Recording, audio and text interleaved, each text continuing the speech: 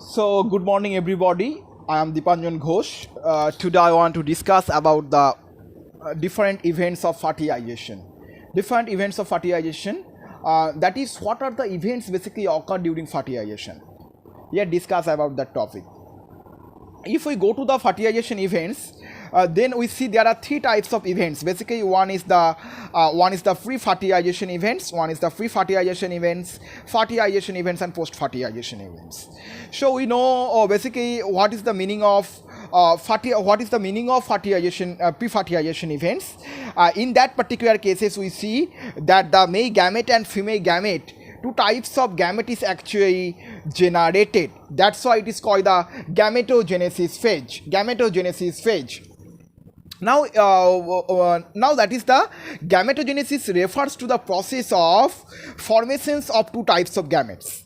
But here I have seen different figure, that is this picture presents the isogametes. Isogametes means if the gametes are same like structure, male gamete and female gametes are same, identical, then it is called the isogametes. And we know basically in pre-fertilization events, the pre-fertilization events basically occur by two phenomena. One is the gametogenesis and there is the transfer of gamete. So in gametogenesis, there is formations of gametes. This is the isogametes, and that basically isogametes is basically found in case of Spirogyra and Euothrix. And basically we see that is the heterogamete. Here we see this is the male gamete and this is the female gamete, and we see that the gametes are differ from each other, and we can also see that heterogamete in case of human also. This is sperm and ovum what is actually found. And we can see that heterogametic formations in case of fungi, in case of fucus, and in case of Oedogonium. And also we have seen that heterogametes in case of human also.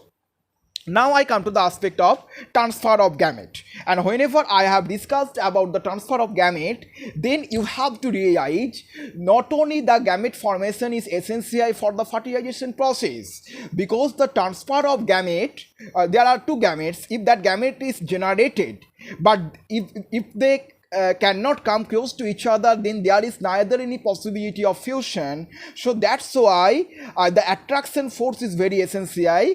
And basically in case of human, if we just assume it, just see it, then we see the sperm by the swimming of phagea, it will go near the ovum. And in case of human, the fertilization is basically occur to the fallopian tube, and that the sperm can fertilize, the ovum is actually fertilized by the help of sperm. So this is the essentiality of the transfer of gametes. And we saw in case of plant, the algae and biophytes, they have used the water for that purpose. Okay. And now I want to discuss about the fertilization events. And if we go to the fertilization events, then we see fertilization is basically the syngamy process. Syns mean togetherness, gamy means syngamy means the togetherness, that is the fusions of two gametes. Whenever the fusions of two gametes occur, then it is called the fertilization. And fertilization can be of two types. One is the external fertilization and another is the internal fertilization. And external fertilization is basically happen outside the body. We can see it in case of fish. There the ovum and sperm come to the outside of the body, outside the body of the fish, and the fusions occur to the water. So this is called, and we can see it in case of amphibia. That is the external fertilizations. And internal fertilizations, we can see it inside the body, for example, such as for human. And so this is about the fertilization process. And we know the post-fertilization events. And if we see that post-fertilization events, then we see that the post-fertilization events is whenever the fertilizations is occurred, and after that, that fertilized ovum form the zygote. Basically, this is the embryogenesis process. Here the zygote can form the embryo. This is the post-fertilization events. And if we go to the alternation of generation, then we see there are three types of alternation of generation. One is haplobiontic. Haplobiontic have been classified into two categories.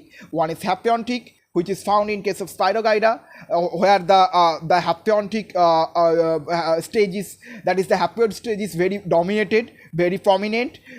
If we go through the structure, then we can see it. That is the haplontic. Here, basically the haploid stage is dominated in case of Spirogyra.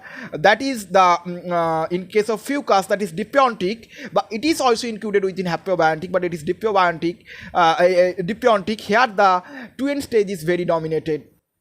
We can get another type of alteration of generation, that is the diplobiontic. But diplobiontic had two phases actually found. One is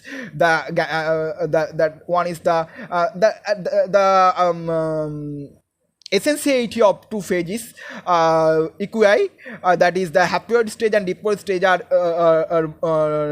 more dominated here. Both the stages are dominated here. But the diplobiontic alternation of generation, we see that it can be of isomorphic and can be of heteromorphic. Isomorphic whenever the gametophytic and the sporophytic plants are same in size, same, then it is called the isomorphic. We found is in case of ectocarpus, or we see the diplobiontic heteromorphic, that is in case of Diopteris. Besides it, we can see triphagic